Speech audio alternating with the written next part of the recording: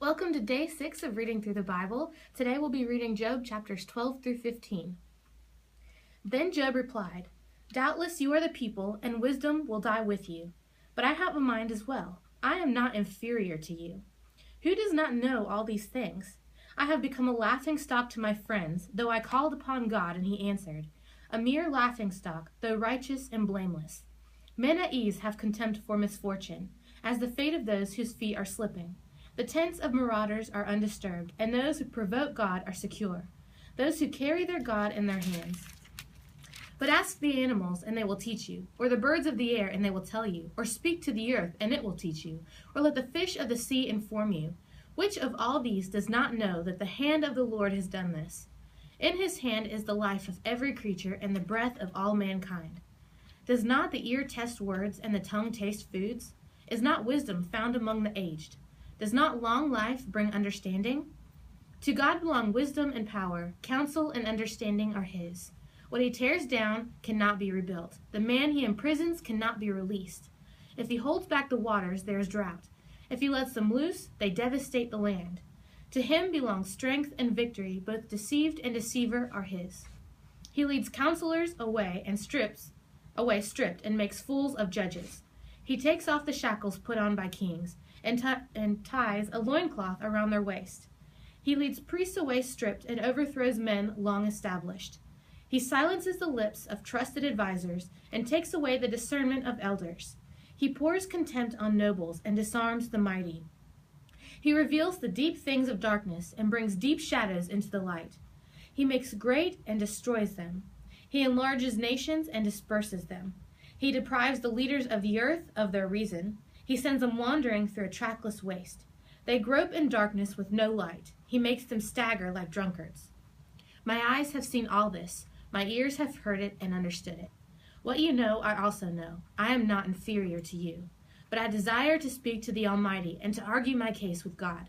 You, however, smear me with lies. You are worthless physicians, all of you. If only you would be altogether silent. For you, that would be wisdom.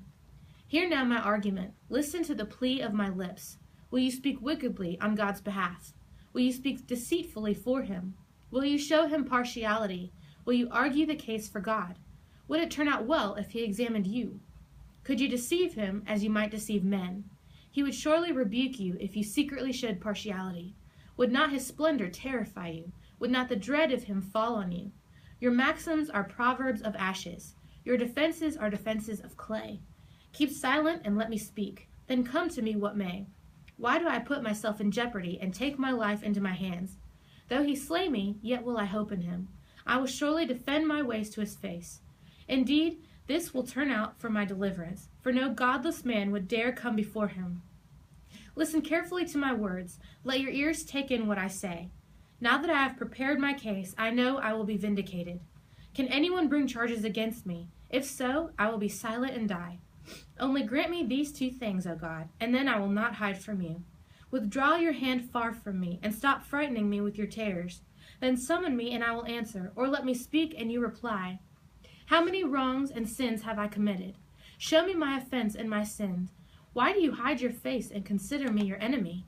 Will you torment a wind-blown leaf? Will you chase after dry chaff? For you write down bitter things against me, and make me inherit the sins of my youth. You fasten my feet in shackles. You keep close watch on all my paths, by putting marks on the soles of my feet. So man wastes away like something rotten, like a garment eaten by moths. Man born of a woman is a few days and full of trouble. He springs up like a flower and withers away. Like a fleeting shadow he does not endure. Do you fix your eye on such a one? Will you bring him before you for judgment? Who can bring what is pure from the impure? No one. Man's days are determined. You have decreed the number of his months and have set limits he cannot exceed. So look away from him and let him alone, till he is put in his time like a hired man. At least there is hope for a tree. If it is cut down, it will sprout again, and its new shoots will not fail. Its roots may grow old in the ground, and its stump die in the soil. Yet at the scent of water it will bud and put forth shoots like a plant. But man dies and is laid low. He breathes his last and is no more. As water disappears from the sea of a riverbed, or a riverbed becomes parched and dry, So man lies down and does not rise. Till the heavens are no more, men will not awake, or be roused from their sleep. If only you would hide me in the grave, and conceal me till your anger has passed. If only you would set me a time, and then remember me. If a man dies, will he live again? All the days of my hard service I will wait for my renewal to come. You will call, and I will answer you. You will long for the creature your hands have made. Surely then you will count my steps, but not keep track of my sin. My offenses will be sealed up in a bag. You will cover over my sin. But as a mountain erodes and crumbles, and as rock is removed from its place, as water wears away stones and torrents wash away the soil, so you destroy man's hope. You overpower him once for all, and he is gone. You change his countenance and send him away. If his sons are honored, he does not know it. If they are brought low, he does not see it. He feels but the pain of his own body and mourns only for himself. Then Eliphaz the Temanite replied, Would a wise man answer with empty notions, or fill his belly with the hot east wind? Would he argue with useless words, with speeches that have no value? But you even undermine piety and hinder devotion to God. Your sin prompts your mouth. You adopt the tongue of the crafty. Your own mouth condemns you, not mine. Your own lips testify against you.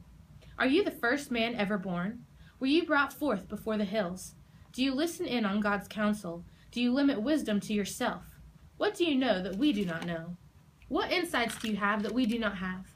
The gray-haired and the aged are on our side, men even older than your father. Are God's consolations not enough for you, words spoken gently to you?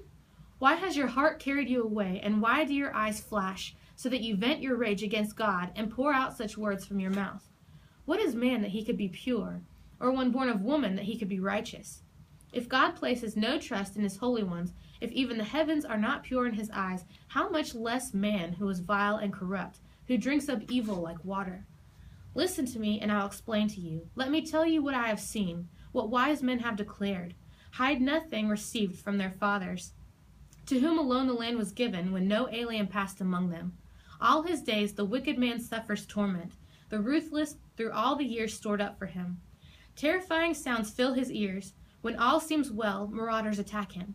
He despairs of escaping the darkness. He is marked for the sword. He wanders about, food for vultures. He knows the day of darkness is at hand. Distress and anguish fill him with terror. They overwhelm him like a king poised to attack, because he shakes his fist at God and vaunts himself against the Almighty, defiantly charging against him with a thick, strong shield. Though his face is covered with fat and his waist bulges with flesh, he will inhabit ruined towns and houses where no one lives, houses crumbling to rubble. He will no longer be rich, and his wealth will not endure, nor will his possessions spread over the land. He will not escape the darkness. A flame will wither his shoots, and the breath of God's mouth will carry him away. Let him not deceive himself by trusting what is worthless, for he will not get anything in return. Before his time he will be paid off in full, and his branches will not flourish. He will be like a vine stripped of its unripe grapes, like an olive tree shedding its blossoms. For the company of the godless will be barren, and fire will consume the tents of those who love bribes. They conceive trouble and give birth to evil. Their womb fashions deceit.